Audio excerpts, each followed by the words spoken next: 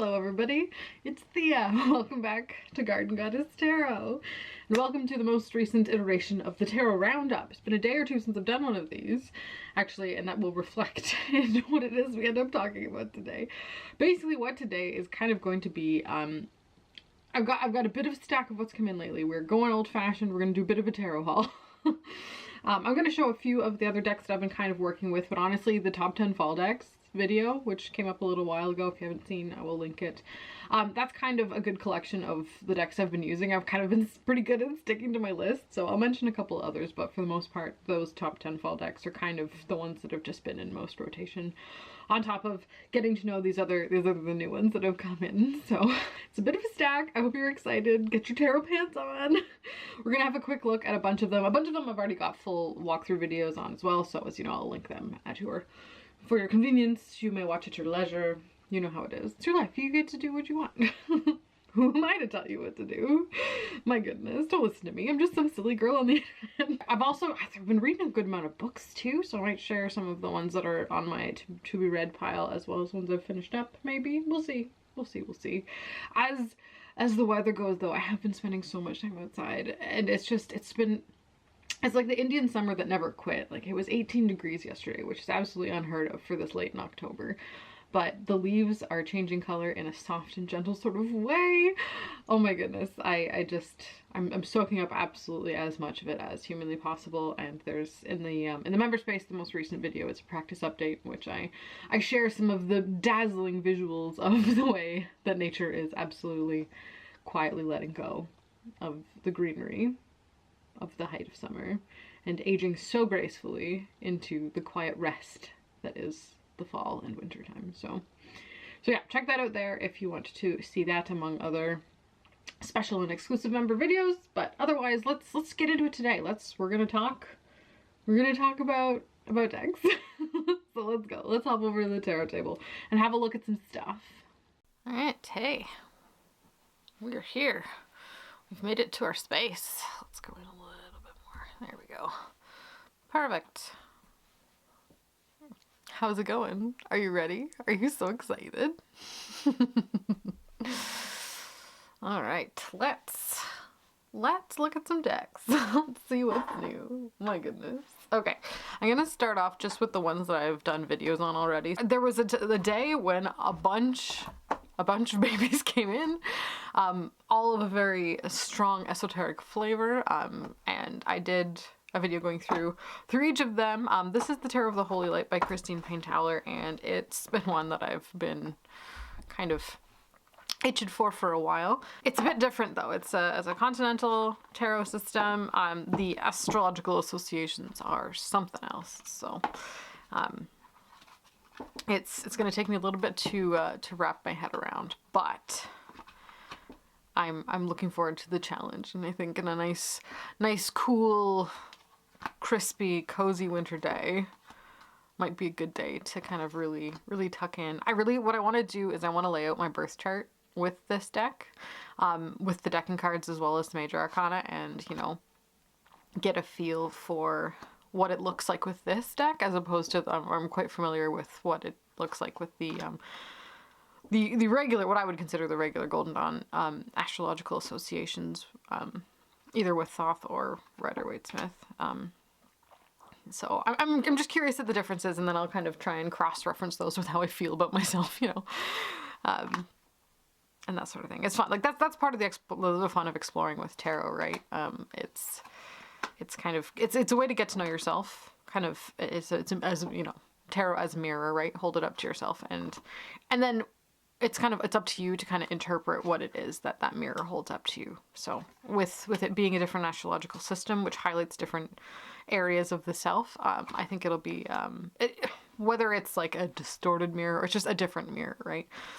Or the light on that day looks different, and you see yourself a little bit differently. I'm really curious, because I not that I have a bad habit of attaching myself very strongly to my placements, but I do have a fondness for the Seven of Wands, right? But in this deck, my birth card is, I think it's the Five of Wands, which is very different. So, which, you know, it'll just be interesting to kind of, you know, integrate all that information alongside what I already know about myself. Thanks to tarot, so it'll be fun. So something to do. There's literally so much in these cards, like 2 discs, like so much to unravel, to find meaning in, and there's also a nice, like, no pressure to know it. I found, oh my gosh, if I'm going to talk this much for each of them, this video is going to be 8 million years long, but I found when I was first learning tarot, I felt really, like, there's a lot of pressure from myself to understand and know what there is to know about the different layers that went into tarot, but I feel like with this one, there's less pressure. You know, it's not like there's no such thing as right and wrong, and that's another thing I really want to kind of like hammer home when it is you're like learning tarot. There's no right or wrong. There's symbolic representation of like universal themes, and then it's up to you, the reader, to do the interpreting, right? Like that's what tarot reading is. It's interpreting those symbols, and those symbols, based on their context, mean a variety of different things, and that context includes your lived experience, right? So like don't put too much pressure on yourself. If you're ever the kind of person who's learning tarot, like take your foot off the gas, take the pressure off. Like the way you read is going to change as the days and weeks and months go by. It'll, like, the way I read now is like worlds different than the way I read 2 years ago, you know? And that's just from the, oh, look at that. Isn't that a beautiful Ace of Cups? Aces, I love aces.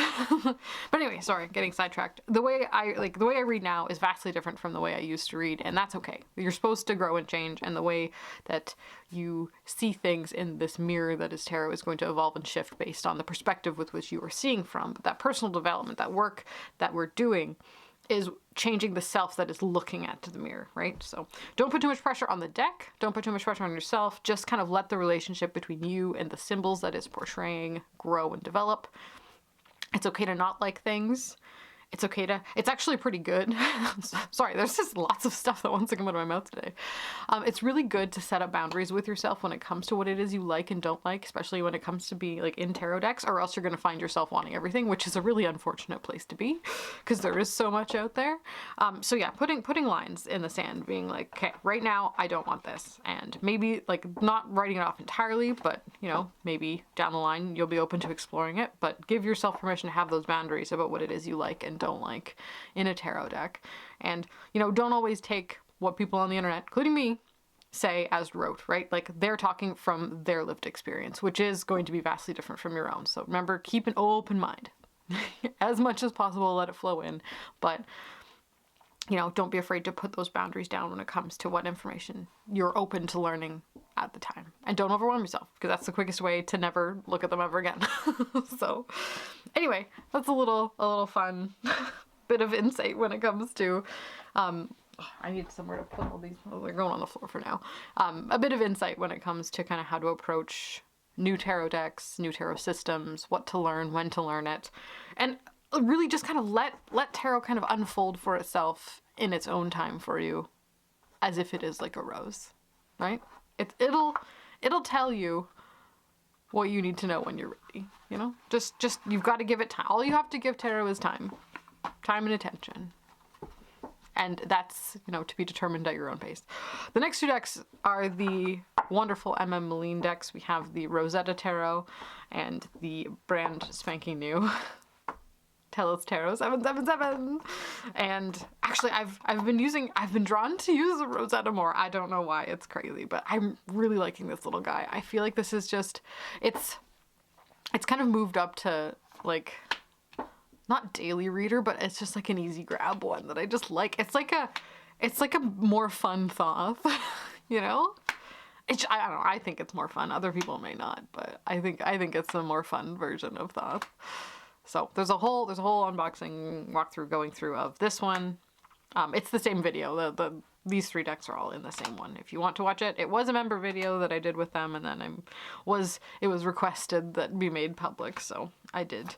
But yeah, it's really fun. I like it. This is right up my street. You may hate this. I feel like these kind of decks are very polarizing, and that's fine. That's totally valid. You might not want this. This is not, like, you look at this and go, that's not what I think the 3 of Swords is, and that's, or not 3 of Wands. 3 of Wands is, and that's fine. But like, everybody is allowed their own tastes, right? So I don't know, I think this is fantastic, and it's just so much fun. Like, to me, this is so much fun. Lots of symbols to dive into, lots of ways to kind of build my internal symbolic encyclopedia and kind of how I feel about the way those symbols show up in relation to others. Anyway, so fun. Yeah. So Rosetta Tarot has been an absolute treat, and I'm so glad I added it on as an add-on to the Kickstarter for that. Oh look, the Ace of Cups again on the bottom, to the Tellis Tarot. And I got the book that goes with this one, the Book of Sechet. Oh, it's in my stack of my to-read pile. We'll get to it eventually, but it's quite good. I like it. I'm not sure how different it is from the book on the Tableau Mundi. Like, it's obviously going to describe this artwork as opposed to the other one, but they're so similar in feel and theme that I'm not entirely sure I would say you need, like, if you had this and the, hold on, I'll get it, it's right underneath. Ugh. And the Tabula Mundi, I'm not sure you need the book for both. Because especially if you're familiar with Thoth already, like, this is, you can read this no problem. Unless, like, there's something you're dying to know. But I would say the Tabula Mundi is more useful than the Book of Sechet. But, like, having both is great also. Tellis Tarot, though, we'll whiz through this guy really quick. So beautiful. So cool. I think the neatest thing about this is because it was designed as a talismanic tarot. Each of the images was intentionally created during a specific, like, physical time on the earth based on planetary alignments and the presence of those celestial interplanetary energies. So amazing. So this deck is like pure magic and how I feel, and it's absolutely so cool and so wonderful. So I think there are extra copies available now for sale on her website, Moline's website, where one would get all of the other ones. So it's yeah, super cool. I mean, this is like tarot nerd level kind of tarot deck. This is, and it's still an order. I love the order it was put in. It makes me so happy.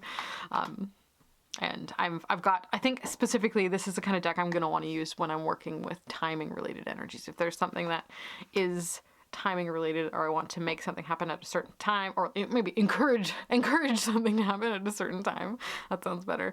I think this deck will be the one that I would grab specifically for it, just because it is so, like, inherently in its physical makeup tied to our physical and present time right now. It's so cool. And also the other really neat thing about it is the images are drawn based on the book T and Pikachu's write-ups. Like, the descriptions of those are what she took inspiration for, specifically for the imagery. So sometimes it'll look a bit more Thothy, sometimes it'll look a bit more Rider Waite Smithy, and then other times it, like, really goes in its own way. But it's just, it's like a beautiful, I think it's one of the first decks to actually do that. So specifically, but just, it's a beautiful study piece. It'll be a very useful, practical magic tool. It's so cool. Yeah. Oh, here we get into the majors. Beautiful. But yeah, so good. A fantastic deck. Shining achievement. Oh, look. So cool. Of tarot creation. I love Armor Guard. Lovers. That's beautiful. Oof. Yes. So anyway, the tarot, Tellis Tarot 777. Amazing. By Moline. So yes, those are the esoteric decks that came in most recently. And oops, not my ribbon. And they have been floating the boat lately. Look at me whizzing through them. The next one that there is a whole video of is the Burning Tiger Tarot by Giulio Secondo. And we did a swap, bit of a tarot trade. And it's beautiful. It's a beautiful hand cut, collage. That had some really beautiful, amazing, stunning cards, lots of extras, beautiful. It's a vibe. And oh, this. Sorry, I just got really excited. I know where that's from. There's an island that lives on. Oh, that makes me so happy. Oh, sorry. As a nod to Apollo. Oh my gosh, I love that so much. I don't know why I didn't notice that the first time. Not sure. Anyway, there's just so much in here that I'm just obsessed with. This is such a me deck. It's so cool. So I've been having a great time with this one. Incredibly beautiful. Matches a lot of wonderful things. Nods to art history. Lots of texture, lots of depth. It's so cool. So absolutely love this one. This is one of those ones, if you want to order it, you've got to go to his Instagram and kind of direct message him. So would highly recommend doing that if you're interested. There's a couple, as I said, there's a whole video I did on it.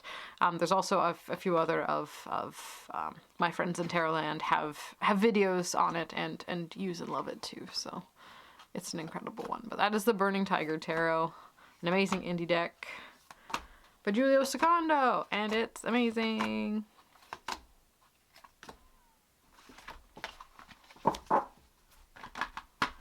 Beautiful. Stunning, amazing. Okay. Alchemy of Thoth. There was a time, I think all within the same week, I had a whole whack of very thothy, very tarot-y tarots show up, and I was just borderline overwhelmed, to be quite honest. And I still need to edge this in black. It's on the list of things to do. But this one, Annie Fair's amazing deck.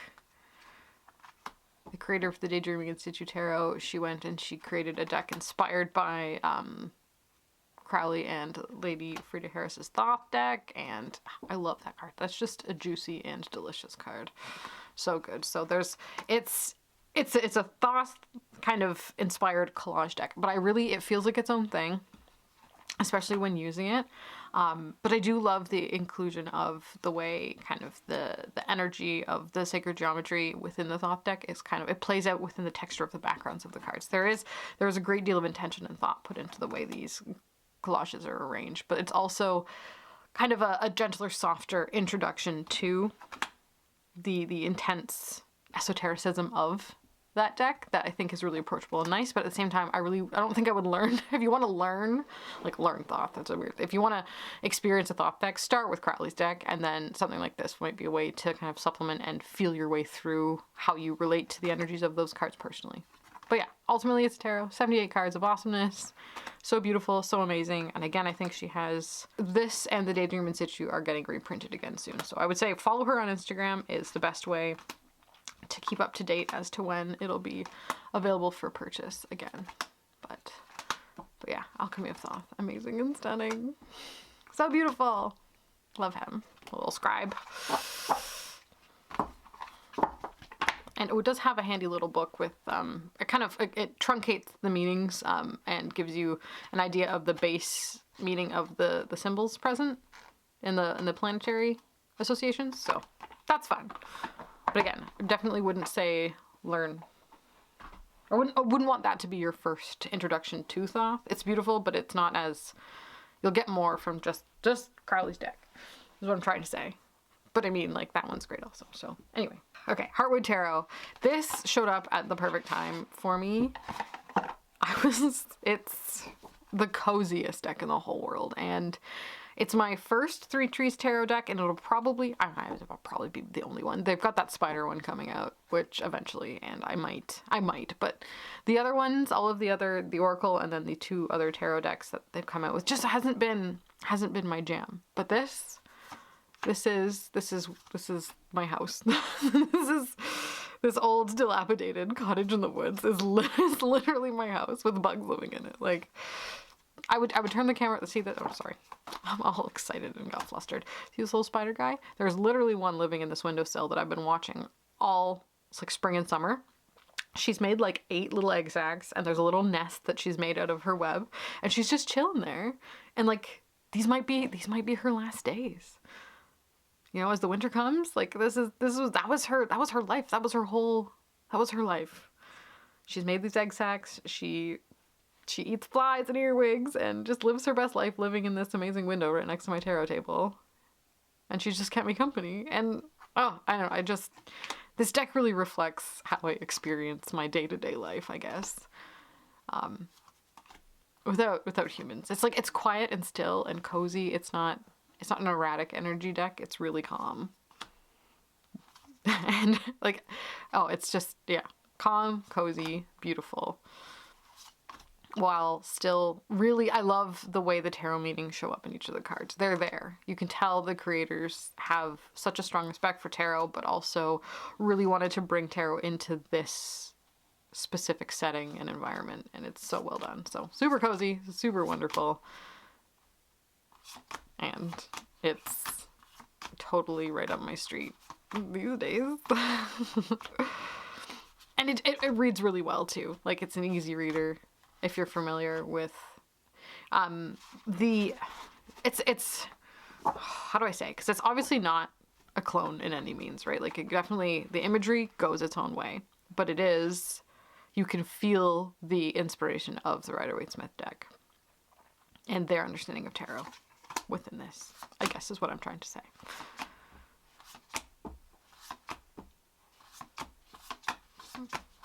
Whee! But yeah, could stare at it all day. So beautiful. And an amazing tactile experience in the hands as well. So that is the Heartwood Tarot by Three Trees Tarot. A very seasonally appropriate deck. I think it'll work all year round, but I think right now it's like, it's perfect. This one. This is The Lost Oracle by Fiona Horn, and I opened this one up in the video where I was harvesting herbs and making herb bundles for the year. So I did have a quick go through it there. It's a beautiful and fun, very, very thoughtful oracle deck, and it's been pairing really well, actually. Sorry, I meant to grab. This video is gonna be all over the place. It goes so well with this. This is the pair, this has its own kind of set of oracle decks, but this is the Ophidia Rosa Tarot by Leela and Olive, which I really like. To me, it's like the pippiest of pip decks. It really kind of lets my own internal meanings of tarot shine, but then mixed with this really grounded and earthy, very plant-based. Also, like you'll see as I go through these two together. Just hold on, go so absolutely incredibly well. The color palette, the texture, the theming, it's just perfect. And I'm really into it. I mean, I love the kind of the story arc that this deck kind of goes through. It's open and vague, so you don't feel too much like you're wedged into a particular tradition when it comes to kind of the perspective of witchcraft. Fiona Horn is a practicing and professional witch, so a lot of her work centers around that, but it's approachable and open in a really nice and gentle way. So it meshes really, really well with the Ophidia Rosa. The messages are clear, they're like on point. I don't think I've had a bad pull with them yet, so if you have the Ophidia Rosa, I would highly recommend picking up the Lost Oracle. And even just on its own, it's great. It mixes with many other beautiful earthy black and white decks. I think it would be kind of cool to try with the Super Oracle too, maybe. No, it has great matching potential. I like it a lot. I think it's cool. I like how there's a keyword as well as a little description, but it's not too invasive. The imagery is really evocative. I'm smitten. I think it's so cool. So a couple more.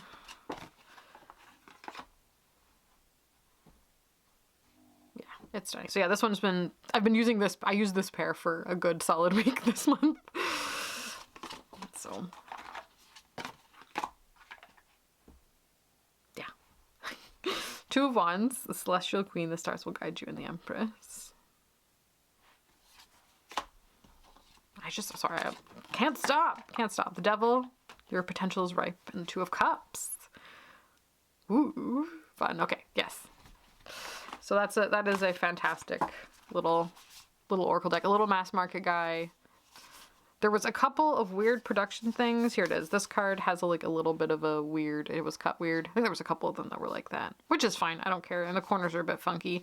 And the matte edging kind of comes off in a little powdery way. So it's not like physically perfect, but as you guys know, when it comes to Oracle and Tarot decks, I'm really in it for the content and the artwork, less so the production quality, you know?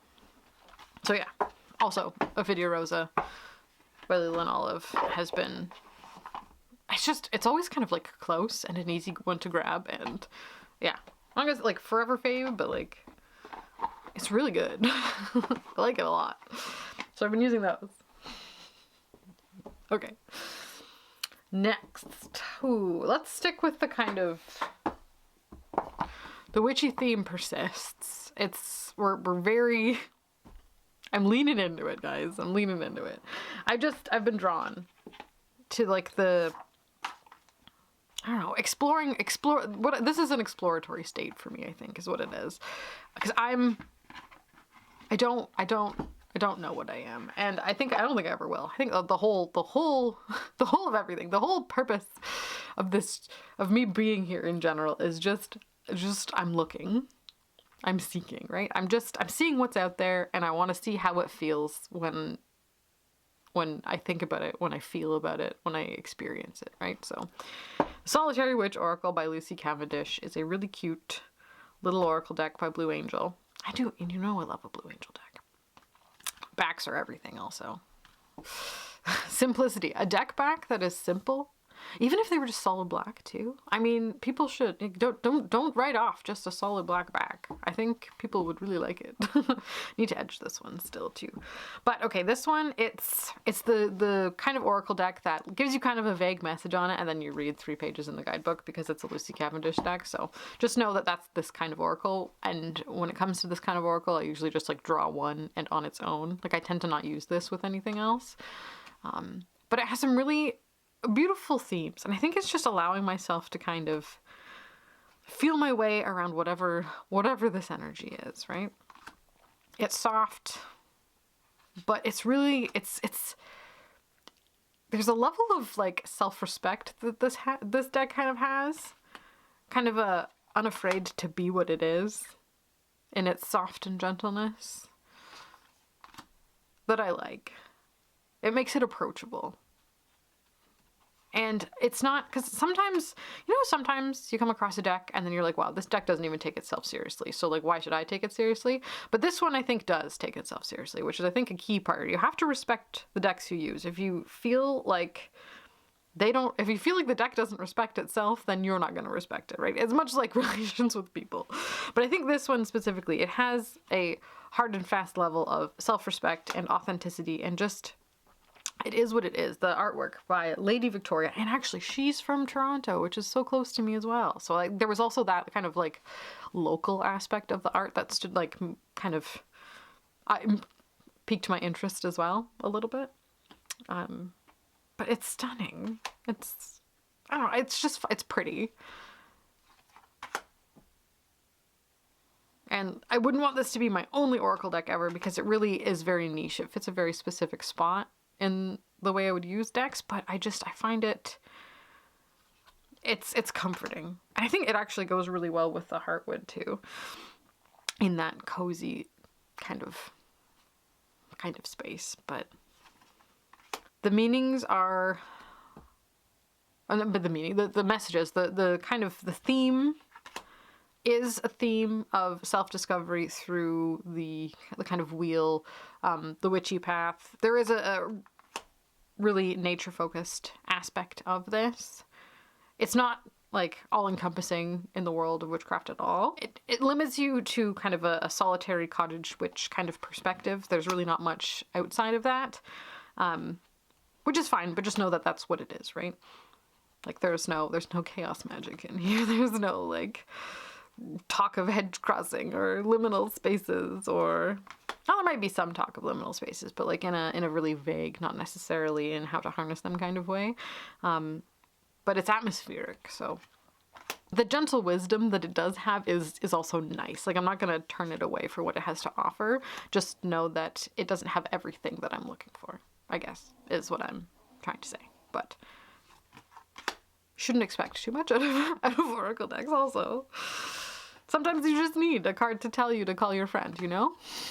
And that this deck will do that for you. I think it's really grounded in that way. So anyway,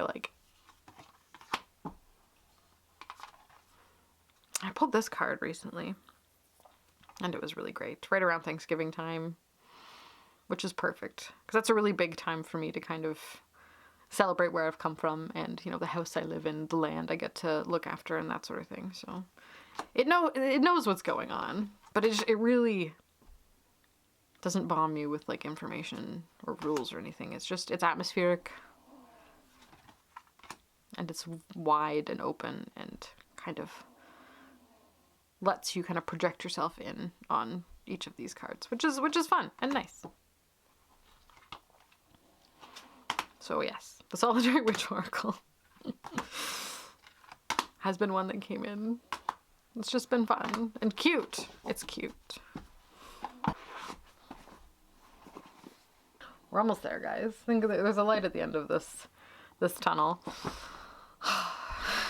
See what I mean? I was feeling some type of way. These are all mass market, by the way, these last couple ones. The Compendium of Witch's Oracle by Natasha Ilnik. I hope I said that in a remotely correct way.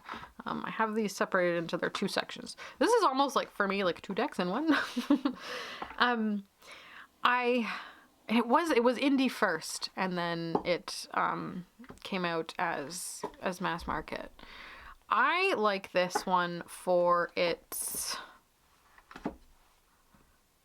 Okay, so these are like things and tools, and these are archetypes or kind of characters as well that are vague. There's only a couple that are very specific as to like if they're representing a specific person or deity. Otherwise, it's just kind of like a genre or type of practitioner. So you know how I said the Solitary Witch is very like kind of cottage witchy, house witch kind of focus. This has a more kind of diverse, here we'll go through those cards first, experience of the many layers and the many ways that witchcraft shows up in people differently. So we've got the Stargazer, so we've got our kind of astrology basis kind of covered here. The Wind Rider, so maybe some more like liminal work here, you know, being of various worlds there. The Preserver, so maybe like an archivist or kind of the witch who catalogs and holds on to various forms of energy within physical objects, right? Little magpie as well, it's perfect. The Dusk Child, another one, a witch in darkness, someone who works with that space between light and dark and calls in the magic of the earth that way. The Scholar, someone, you know, this is the person who reads the history. Probably we're talking maybe a little bit of ceremonial magic too. We have also very kind of a ancient Greek Roman coded image here when it comes to learning about, but literally the origins and history of witchcraft. Very cool. The Companion, a wild kind of indigenous space there. The Mystic, the Crossroads, that's a Kate right there as well. So she's one of the ones that is this kind of a more specific one. But they all kind of allude, like they're given character names in the book, but I don't think those are based on real, like the theme of them is based on a witch that existed. And I think in various iterations, there were actual names of them on the cards, but they've gone to more of a vague kind of archetype energy, which I think makes it more usable. I think that was a good choice, because there was one, where is she? Melissa's in here. And I remember seeing a version of the card that said, is she right at the front? Yeah, this one. The Oracle. Which kind of, it gives Pythia vibes as well, right? But she's got her bees as well. And I think I've seen a version of the card that said Melissa on it. So like that would be, I think, more difficult to work with in an like in a deck sort of setting, but because it's changed to more of a open keywordy character title as opposed to a specific name, it's, I think, much more useful. So it's very clever that way. Yeah, the Storyteller, there's our Alchemist there. The Soothsayer, so we've got a bit more of that fortune-tellery energy. The Artist for our art witches. Or like shamanic energy shows up in various different ways. Shapeshifter, Comforter, so we've got that like cozy, nurturing, like Queen of Cups, watery energy there. Memory, the Guardian, the Wayfarer. I think it's just great. I think it's handy. And I think for me using this, it's really good for me to draw one of the cards from this section of the Compendium of Witches deck to kind of get a feel for the energy that I could consider embracing at that time. Me avoiding using the word should like it's the plague. But yeah, which type of energy to embrace at that time for what it is I want to do. And then I use this, which is the little deck separately of tools. And this is like how. So this is what, and this is like how or through what. So like this is something I can, like a physical thing or an action that I can do to help facilitate the energy of this showing up for me in what it is that I'm trying to do based on the question that I've asked. So we've got cornucopia here, horn of plenty, offering, thaw, there's a bee, a staff, a distaff, teeth. I love a teeth card. There are a couple decks that have teeth cards and that just makes me so happy. It thrills me. Love teeth. Little face bones. Yeah, mountain wreath. So it's really clear.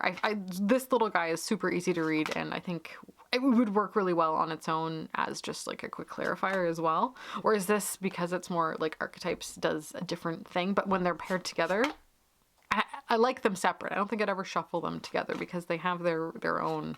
It is really truly like two separate decks. But I've just really liked how I've been using them. So. Yeah, there's 2 cards missing from this right now because they're out. I pulled them this morning. So yeah, anywho, Compendium of Witches, like little two separate decks. Oh, this is another little mass market guy as well. I think it's fantastic and I've been enjoying it. And it's really helping me explore the space I'm in where I'm like trying to figure out, not what I am, because like as soon as I start to think I am something, I change. But then I find myself right back around at the same spot I was before, looking for something, looking to find myself in something, I guess. But I'm like this like little fluid ephemeris blob that's like floating around trying to... Are you my mother? Are you my mother? You know that children's book? Are you my mother? That's me. That's me with my practice. Floating around. Do I belong to you? Don't belong anywhere. But anyway, okay. Next guy. Angelarium, Oracle of the Fallen. I'm obsessed with these. The first one, Angelarium, Oracle of Emanations. Top tier deck. That one's so good. If you're into that kind of energy work, specifically. If you're a fan of the Tree of Life, if you have any interest in fallen angels, if you see those big emanating energies as something that can give you guidance or energy you can harness to do what it is that you will, these decks are so good. And this one specifically is Fallen Angels. They are by Peter Moorbacher. This was a Kickstarter. It is mass market now. And he's just expanding his... There's a big, huge hardcover book he's got as well called The Angelarium, which he just catalogs all of these angels. And they are angels. They are recorded little guys. How many cards are in this? It's not the most. I can't remember. Let me check the book. Are they numbered? No, not in a helpful way. It's like 45, 40, 45. It's not, it's this many. But, or maybe, is it 36? I don't remember. But it's good. It's worth it. I love them. There's 2 categories of angels in this one, much like in the other one. But we have the Watchers, which are technically a class of angels written in books. And then the Personas, which are kind of more, again, are archetypes as well. Sulfatus here, let's find him, the Angel of Dust. He's one of the Watchers. And then the Personas would be, let's see if I can find one. Is the Vessel? Yeah, this one, it's the Vessel. So it's more of like an archetype of a space or a... But it's also, like, you've got the angel name down here as well. So there is an angel associated with it, but it has more archetypal energy than specifically being a specific angel, like Tamiel over here. Angel of the Unseen.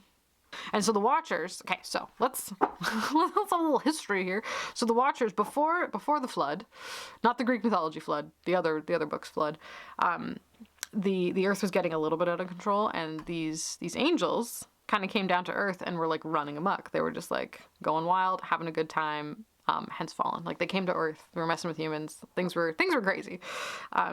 So then the big guy in the sky was like, I don't like this. So he sent a flood, and then the whole Noah's Ark thing happened. So all of these angels in theory got wiped out in the flood. There might have been a battle as well. I'm not super, don't quote me entirely. I'm not super up. I haven't read that particular book. I've just read about the book. But yeah, so you'll get like they're giants. They're these monstrous, huge angels that were just having the best time, and that was apparently not the plan. I see, we got Apollyon here, Angel of the Void, and that is Apollo, but not really. I'm not sure. There's lots of crossover between mythologies back in this time, you know. But I love the feel of their presence here. They're great. They work really wonderfully in an oracle setting. You know their name, so you're all good. It's fantastic. One may call them demons as well. Up to you. Fallen angels, demons. Those giants who roamed the earth in the before times. You know, call them whatever you want. Semyaza! Nice. And like you'll notice there is crossover in theme. So Angel of Pride, like there's strength vibes there, you know? Very Leo. Oh! Candle just went out. Just so you know. Let me see if I can relight it again. Anyway, I'm just having a great time hanging out with these. Oh, maybe not. This candle's been giving me all type of trouble lately. Okay, I think I've fixed it. Maybe. We'll see. It might drown itself again. It's a bit of a smishmash. This guy it's having a weird time. But okay. Ananiel, Sathriel, Pujator, Cliffoth is in here. The Shadowed Scion, so the kind of reverse upside down backwards tree. He's there. Prophet. Oh, I think this is just fantastic. I like it. I like it a lot. It's beautiful. I don't necessarily use them together like this with the other Angelarium deck. And it's one I generally just pull one card around another reading for if I'm looking to experience that type of energy, you know? This is... the other interesting thing, I don't know if I've seen it anyway, but this card specifically, it is really just a different version mock-up of the Fall of Icarus, that painting. I'll put it up on the screen if I can find it for you. But yeah, I'm curious about that. That made me pause. Like, it's fine, it's beautiful, it looks great, but I'm like, come on. And then it makes me wonder, like, are all of the postures borrowed from classical artwork? I'm not sure. But anyway, point being, it's beautiful. So Angelarium, Oracle of the Fallen by Pete Moore-Walker came in, and I've been having so much fun with it. So much fun. Okay, the last couple. You know this bag. This bag's been around. I've been having a hard time finding the perfect deck to live in it, and the deck that it hits right now doesn't match it. So we need to find a new deck for this bag. But I need a different cute little black bag for this guy. I finally got the Anti-Anatomy Tarot. This has been like a favorite on TarotTube since I've showed up on the scene. It's a classic, and I've just been like, no, which is odd. Okay, listen, I have a degree in psychology and archaeology / anthropology. It was an anthropology with archaeology focus. Anyway, I love bones. I spent 4 years of my life playing with human bones and animal bones in school. I should love this. And flowers and the gardening. Like, this is everything. Why did I think I didn't want this is my main question. You know, 20-year-old me was screaming inside me quietly that, like, hey, you're gonna like this. But yeah, it's cool. I think the thing is, I think it's simple, right? And I say simple not in a bad way. So this is, again, a creator lives not far from me. Claire Goodchild from Black and the Moon. She is like within an hour. She lives within an hour of where I live. It's wild. So there's all these reasons that were like showing up, being like, you should look at this, you should look at this, you should look at this. So I finally did, and I like it. But okay, so what I mean when I say it's simple is it's very pippy, but it's clear and concise. There's been a great deal of intention put into the images associated with the cards, the tarot is still there. It's not just, you know, images for the sake of images, right?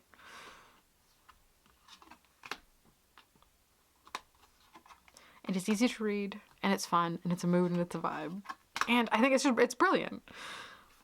So this is the current mass market version of it. Obviously, there's been quite a few different iterations of it over the years. I think it evolved. It had its own little life that it kind of wove its way through to get to this final form that it is now. But oh, a great tower card with the little flies and everything.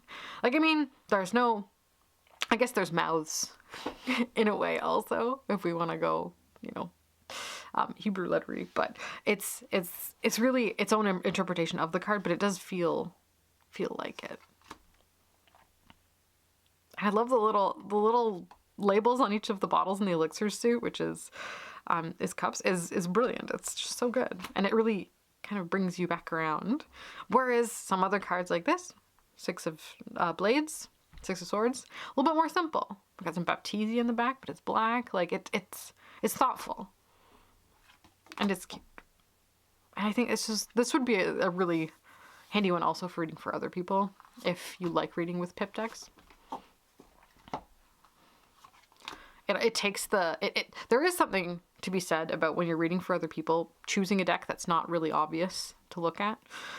So the client isn't distracted by the cards. Like, they can look at them, but like they're not going to know what this means. But you know what this means because you're a tarot reader, right? And there's hints and there's clues as to what you can kind of draw on within the card to kind of expand your interpretation in the moment while you're reading them. But at the same time, a querent who knows nothing about tarot is just going to, you know, they're going to be looking to you for the meaning instead of looking at, say, a more pictorial deck that is really clear about what the cards mean. There's an aspect of interjection from them that isn't always welcome when it comes to reading. And I find 9 times out of 10 when I'm doing a reading in person with someone, they're looking at the cards, but their energy, they're fixed on me. They're listening to me intently. A lot of the time they're staring right at me or when I go to the place I go to get messages. So it's just a really great way to not encourage fixation on what cards come up, and it really puts the power of the reading in your hands as a reader, which I think I can tell that Claire does a good amount of readings for others and could take that into account while creating this, because it's a perfect deck for that kind of reading. Because it looks great on the table, but it's also not distracting. It doesn't, you know, when the spicy cards come out, it doesn't, you know, send a querent reeling and lets you have the opportunity to let that message come in the way it's organically going to. So anyway, I appreciate that. I think it's great. This little guy's so fun. So, it's just good. Love. Okay. Yes. Antique Anatomy. So, I had that for a few weeks, and I was playing around, and I was like, this is great. And then, of course, my brain goes, it has a brother. You should get its brother. So this one's indie. This is the Memento Mori Oracle, but it was on sale on her website, so I picked it up. And there was also something that's because I'm Canadian. The shipping was like the least I've ever paid for shipping in my life, and it came so fast. So there was also that to consider. So for me, this is an indie deck, but it wasn't that much of, like, compared to something in like the UK or Europe or something. It wasn't too much trouble. To have it come in. Look at that. Iconic backs as well. So this is a Oracle deck, again, by Claire Goodchild.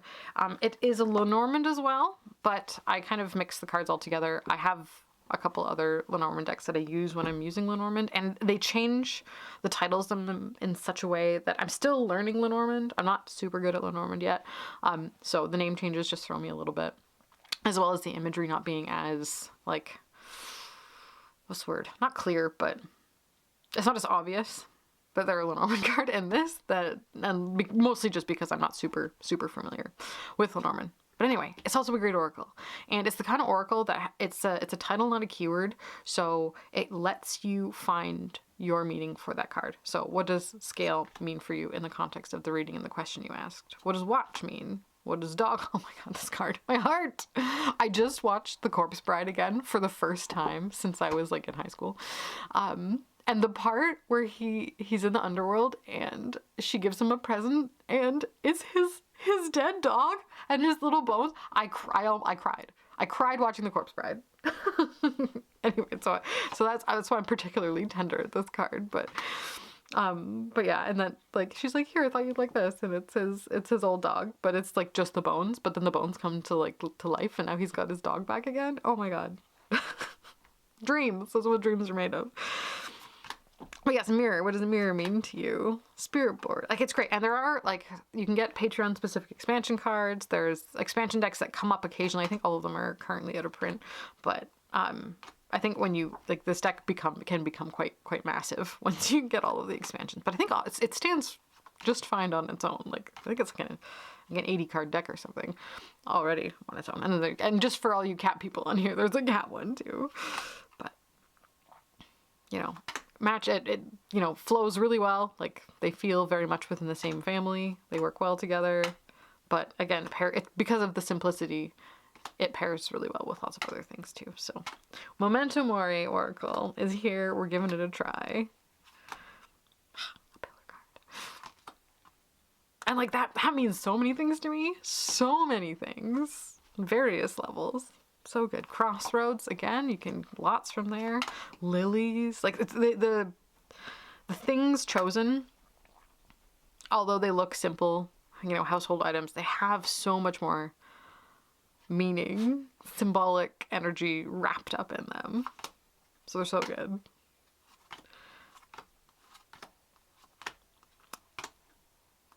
Yeah. I love it. Very fun. And it fits the vibe right now. I don't know if you can tell. There's like a running theme. Or there's two themes, I guess. There's the esoteric decks, and then there's like the more witchy decks. But anyway, that's where I'm at right now. So that's the Memento Mori. It gets to hang out with its brother. And I think maybe, do both of them need a bag? I don't know if I should keep this in its box or not. But yeah, this needs a new bag. But yeah, they're here. And they're having a good time. So that's it. That's it for the new ones that have come in. That's it for like the technical haul part, which it was a lot. I think I went through and I did a reorganization. Well, because when stuff comes, you got to figure out where they go on the shelf, right? So some stuff went out, some stuff has come in, hence that. And it just, there was a rejigging of things, and I'm really liking the way things are shaping up, but yeah. Okay, decks that I've been using lately. Other than, so I will refer you back to the top 10 decks for fall. Those 5 pairs, they've been great. I've been using them wonderfully. The Rackham Tarot, the backs are okay. I just wish they didn't have this blue border on them, because I would probably use them way more. And I don't know what it is, but I feel like the deck is like winterier and colder than it actually is, but it really fits into right now really well. I've had this for ages. This is one of my older ones, but it's a compiled art deck based on the works of Arthur Rackham. So there is like a hint of a fairy tale element about it, which I really appreciate. Oh, this book's from, there's a couple of images from Christmas Carol. No, Night Before Christmas. The Night Before Christmas, which has a lot of very sentimental meaning for me, because my dad used to read it to us on Christmas Eve every year. The book, the literal little hardcover book that had the Arthur Rackham illustrations in it. So this deck has sentimental meaning for me in that regard as well. So again, maybe that's another, I'm just talking it out right now, but that could be another reason why I feel like it's more wintry, because it reminds me of Closer to Christmas, but it fits the scene, the way, you know, there's a lot of fae energy here. There's a lot of fae activity right now. There's that, like, the thin veil, the land spirits are active. Like, it is very right now in time. Probably right now until you, probably that space, right? Between Mabon and Yule is the perfect time for this one. But it's so good. And it's easy to read. I don't know, I'm quite attached to this little guy. And I talk about it a lot. And I think really this time of year is its time to shine, in which I use it. So this one has come out, and I'm into it. Another handy mass market, just a little low scare bio deck. flexible, wonderful. It feels like a proper tarot deck in my hands, which decks get bonus points for. But yeah, super good. Now there's a little bit of trickster energy about it. It's adventurous in its own little way. Like it's not cozy in the way that like the Solitary Witch or the Heartwood Tarot is, but it's comforting. It's not cozy, but it's comforting. So yeah. Anyway, been using that one. Love it to bits. Arthur Rackham, what a legend. And a pairing, so you don't see these decks on the channel very often, but I do like them.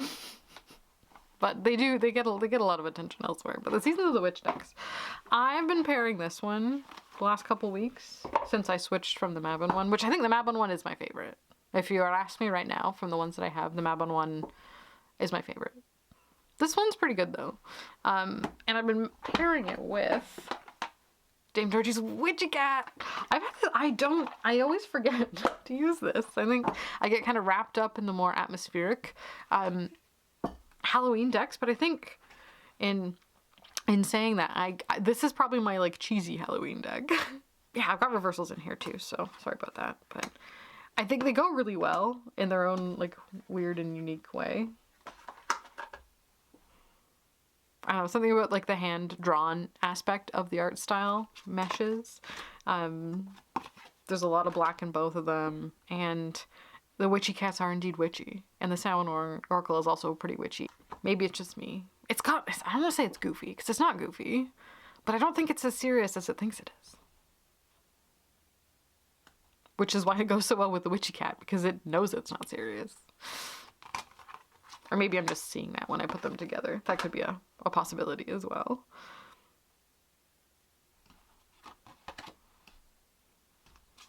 But anyway, I've been liking these together.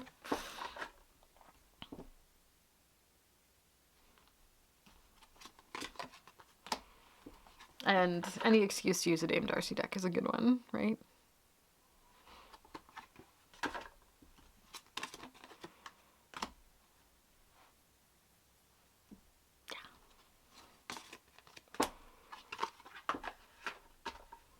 I think they go.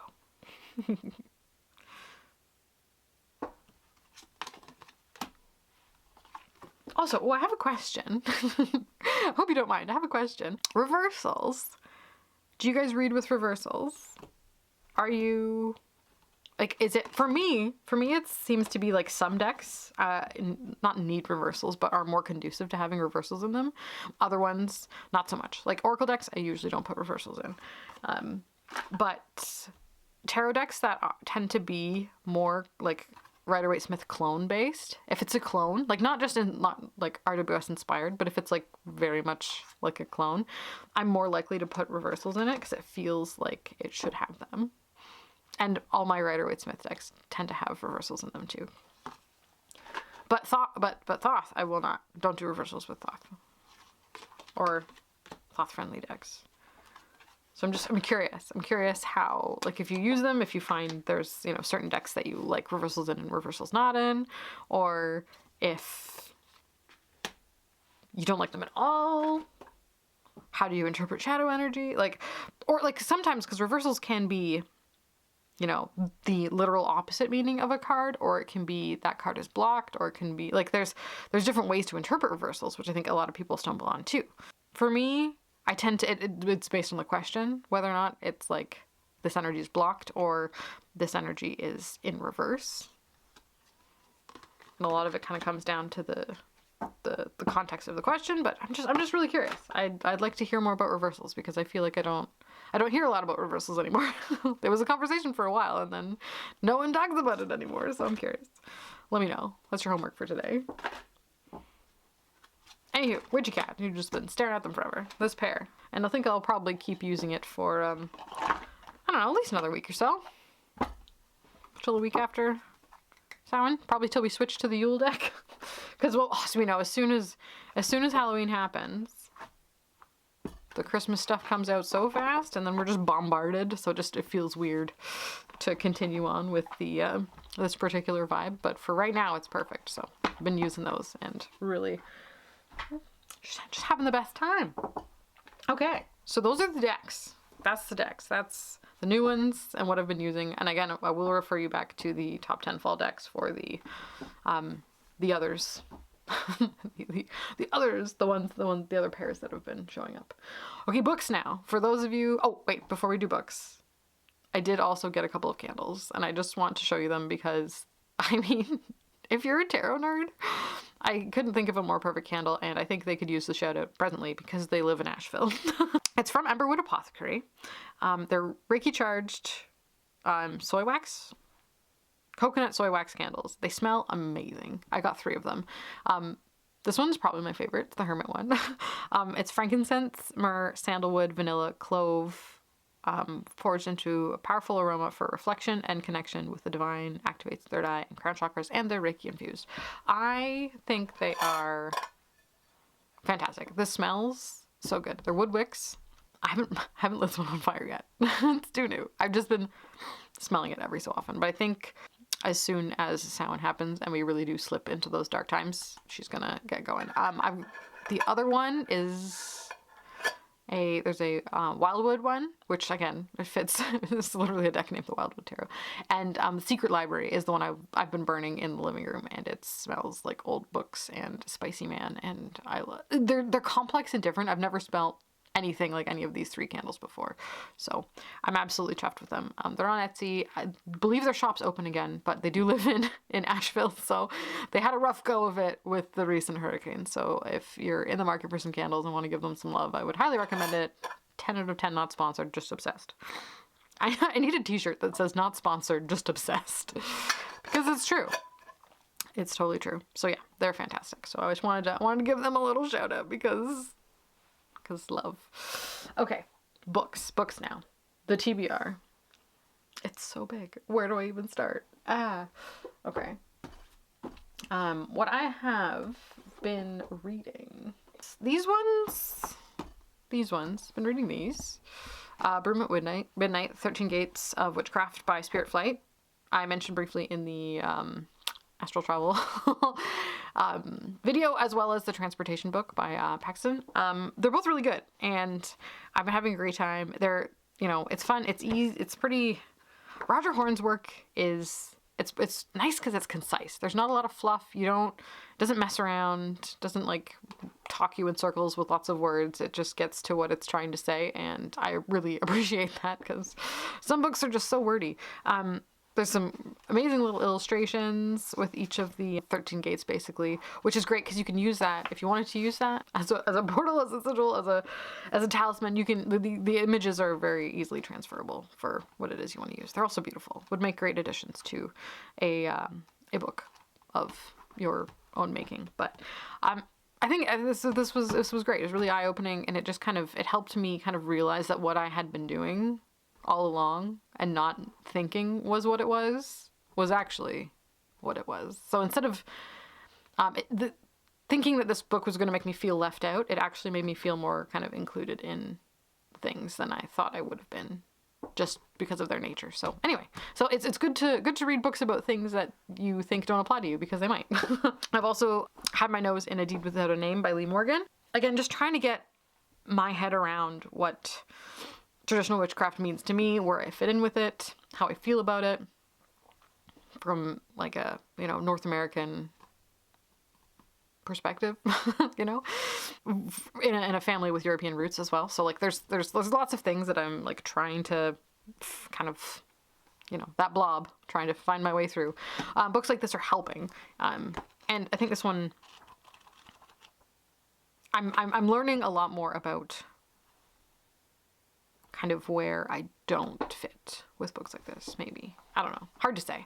But anyway, it's a good book. It's not too long. So anyway, I won't go too much into that because it's still, again, I'm in the thick of it, so I don't want to talk too much about something I'm not haven't formed definitive thought about specifically. Who else is on in the same vein? This one I'm really excited to get into. I've only just read the intro. I'm on page 17, but Consorting with Spirits by Jason Miller. This one specifically caught my eye because of not just the time of year, but there's certain things I've been trying to do. And I feel like this would be a great little how-to, just to, etiquette, what to do, maybe what other people have had bad experiences with, or just whatnot. So anyway, I can't say too much about it as I've just read the intro, but I'm hoping it will kind of help me figure out the best way to do what it is that I need to do, So anyway, so that's there as a little handy guide, little manual. I also picked up, I saw this on one of Candy Soul and Soil's videos, and I saw that and I was like, immediately, I need to pick that up. It's a Pagan Portals book, which are notoriously small but handy and concise. And I've read a couple of other Pagan Portals books, and like they're useful. If there's something specific you're looking to know, it's there. Very straightforward. But this one by Lucy Starza is pretty fun. It's if you know nothing, this is a great place to start. But I feel like in reading it for me, it'll just be picking up a few extra little tidbits or tips that I may have not considered, which is nice, which is, it's why we read, right? Learning a bit about different kinds of puppets and dolls that I wouldn't necessarily think to make for myself, but just, I'm a sponge in this department. So I'm ready to soak up all of this wonderful information. As you know, I do make the tiny humans. So I've got a few on the go, and a few others waiting in the wings, and lots of this is what lights me up. This is the kind of the creation and sparkly zhuzhiness of making little vessels for spirits and the creation and conjuring of unique ones as well. So anyway, very fun. I'm really into this right now. And I saw this it was Candy's bookshelf tour series. There's like 4 or 5 videos going through her bookshelf, which were the best videos ever. I love them so much. I'm sad they're over, but I can go back and watch them anytime. That is the joy of YouTube. But yeah, so thank you, Candy, for turning me on to this little guy, because it's so fun and right up my alley. I also picked up a little fiction jobby. This is The Gathering. It's book 1 in a series by Catherine Jennett. I saw it pop up in a few places, and I don't know if you'll notice, I don't read a lot of fiction. Most of what I read is nonfiction or reference book, because I just gotta know things. But I want to give myself some permission to kind of sink into some fiction. So we're doing that with this one. And this is, so the series, it kind of follows the Wheel of the Year, and this is the Samhain one, and then we move into the Yule one and the Imbolc one after. That's just kind of the way they take place. I haven't read it yet. I haven't started it yet, but it's on my list of to-be-reads. And I've heard good things. I heard some people said they couldn't put it down. Where did I see it first? I think I saw it on, was it Natural Witchery's channel? Whose name used to be April? What's it now? Hexa? I think so. I saw her with it, talking about it, and she convinced me, so I picked it up. We're gonna give it a go. I'll let you know if I finish it. I don't want to, I initially had the intention of reading it before Yule, but that's not happening. My TBR is too big, so if I can get through it in this year, that would be great. Maybe by next Yule we'll finish it. Okay, who else have we got here? Oh, let's look at this one. The Book of Sechet. This is one I was talking about. This is the kind of guidebook that goes with the Rosetta Tarot.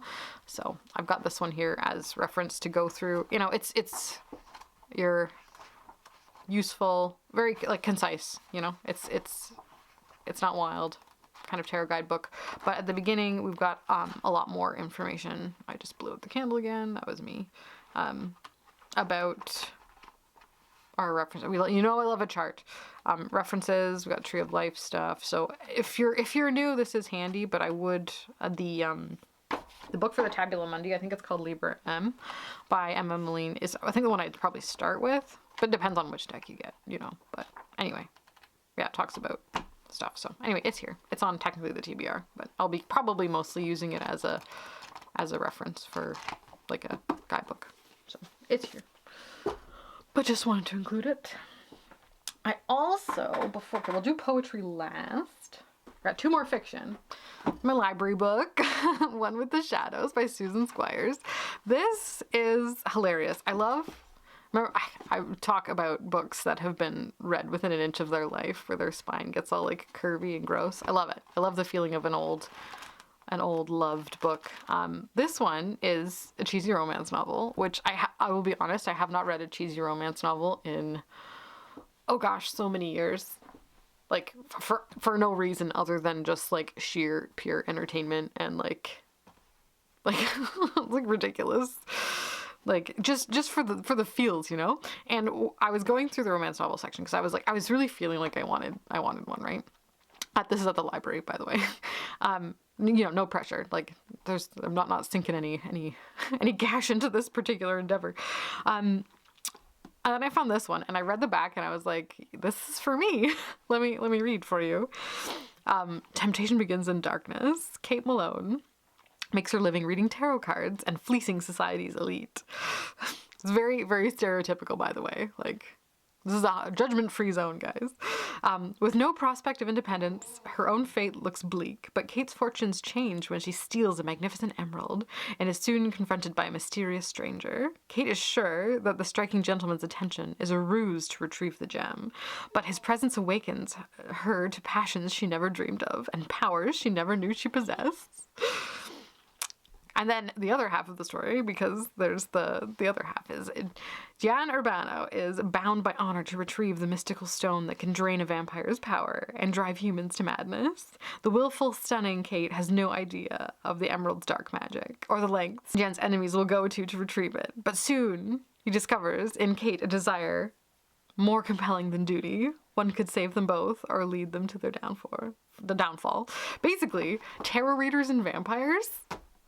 This book was designed for me. Anyway, I'm 2 chapters in, and it's hilarious, and I'm here for it. I'm here for it. So that is One with the Shadows by Susan Squires, and it's hilarious. And I'm reading that one.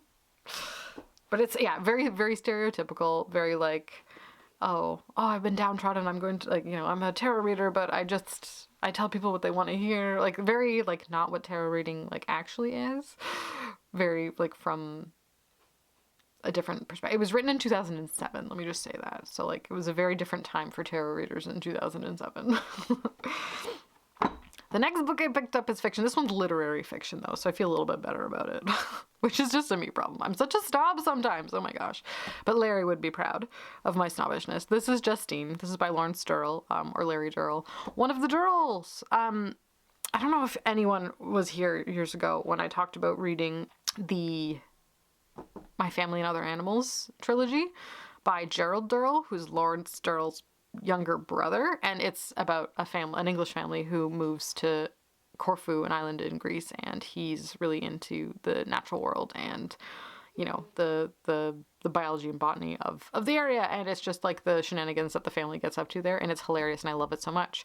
But his brother, while there, is like trying to be a serious literary author, and especially in the movie played by my Matthew, but he's pretentious and awful, but I love it.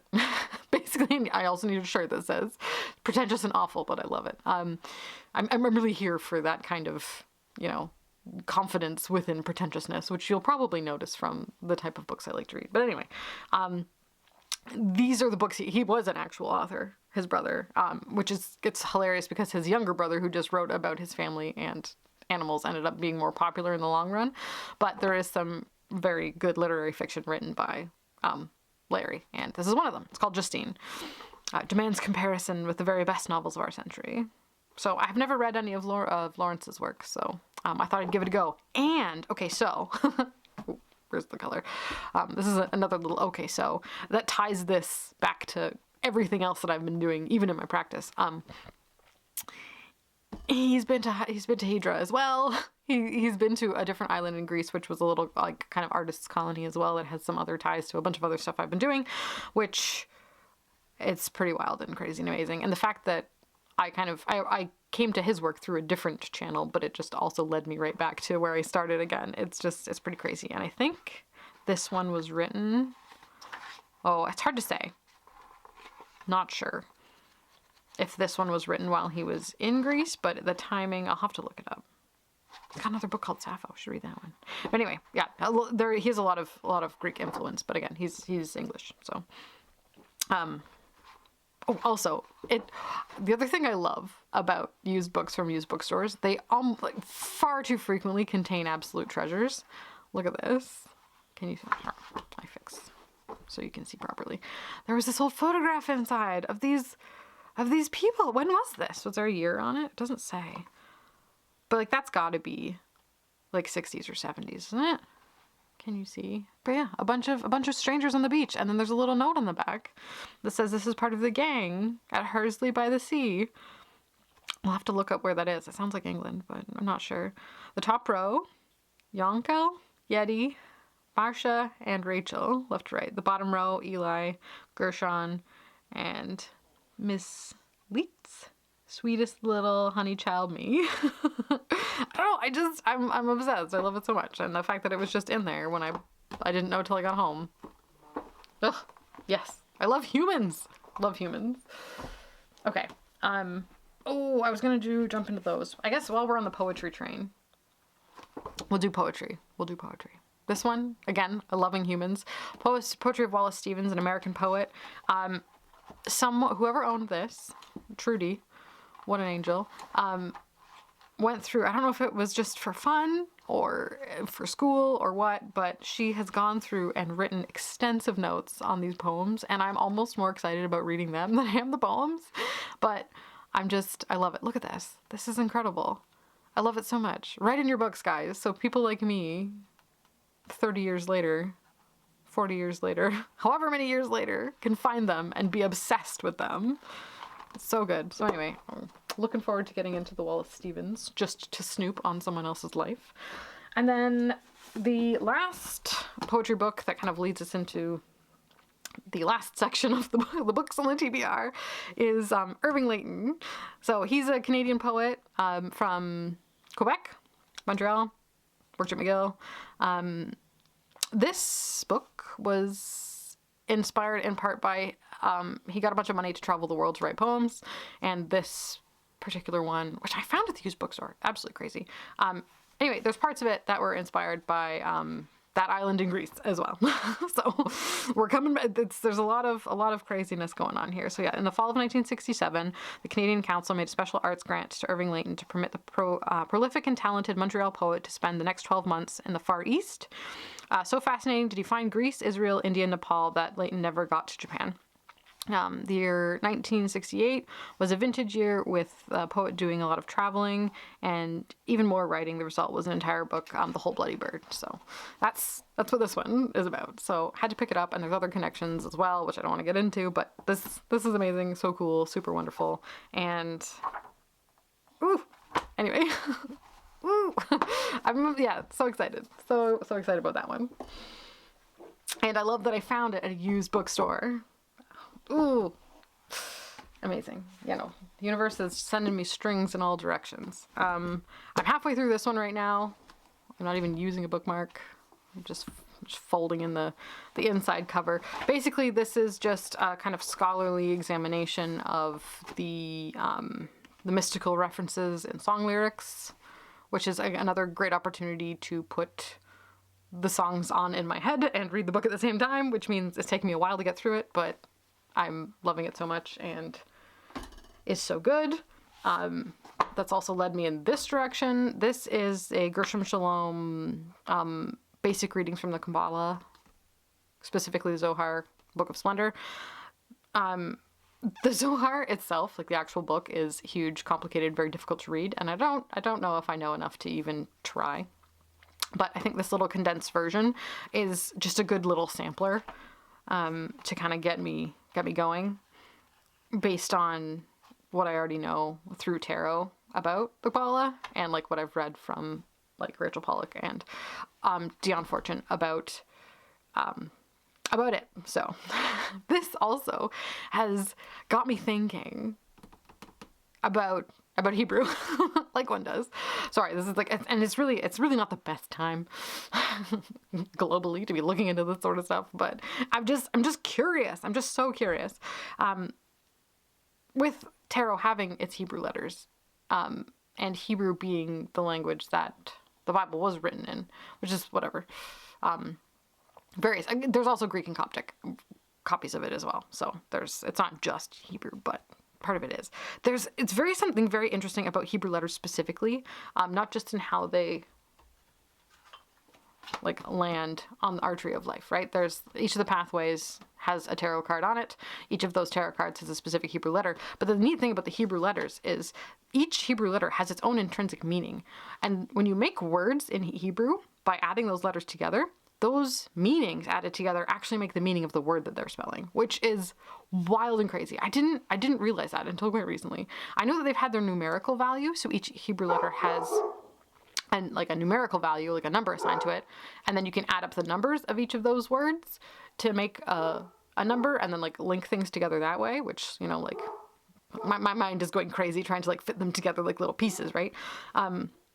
You know, all the numbers that have like a certain, like the words that share a similar numerical value obviously have like ties to each other in that way. But with the Hebrew alphabet being so central, like one of the first things that was said was the ability to say, right?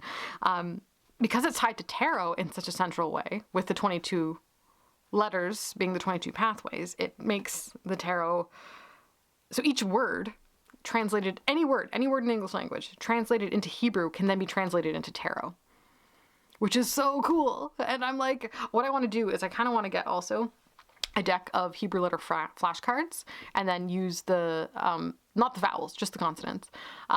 It's a majors only deck, right? So I could have the flashcards be a majors only tarot deck, and that would help me remember who's who and what and what it means, but have them out so I can make the words and then figure out what the tarot is for each and whatever word I want, right? Oh, it's brilliant. It's so cool. Anyway, love it so much. Tarot is filled with so many wonderful secrets, and I'm into it. So I do want to do just a little bit of reading up on this book, because it's intrinsic to the way kind of Kabbalah functions. And the more I know, the better. But I need to not let myself go down that road too hard, because like it's a slip and slide, and you can get into places that don't feel good.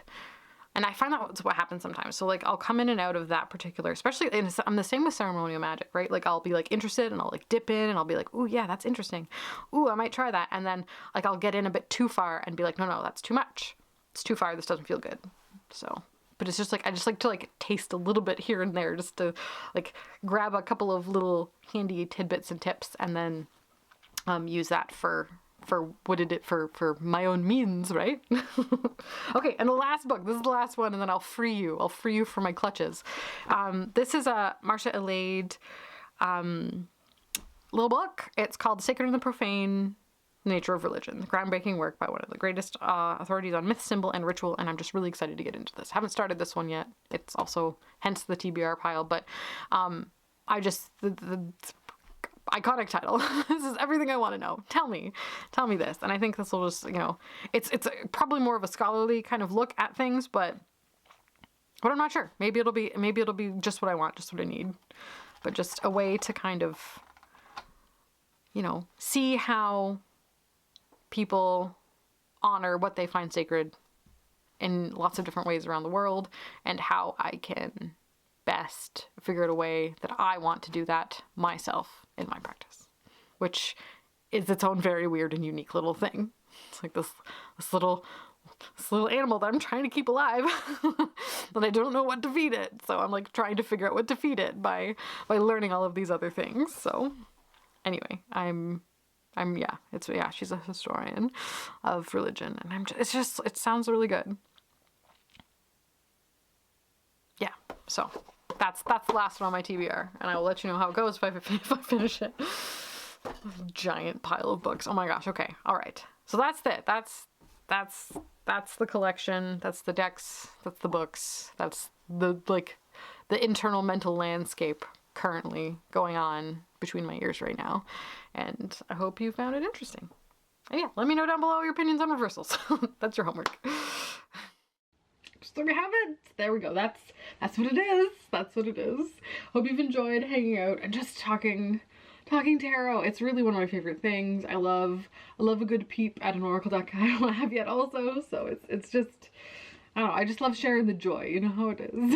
So let me know which of these you're most interested in, and if there is any you'd like a full-on video on, please don't hesitate to let me know. I'm all ears and open to hearing about it. But as you can see, it's a very seasonally appropriate collection, it seems. I've kind of really slipped into the feeling of the season, I think, with what's kind of shown up over the last couple of months, and I love it. It's great, so I'm excited. So yeah, thanks so much for being here, guys. I really deeply appreciate it, and I'll see all you fine people in my next video.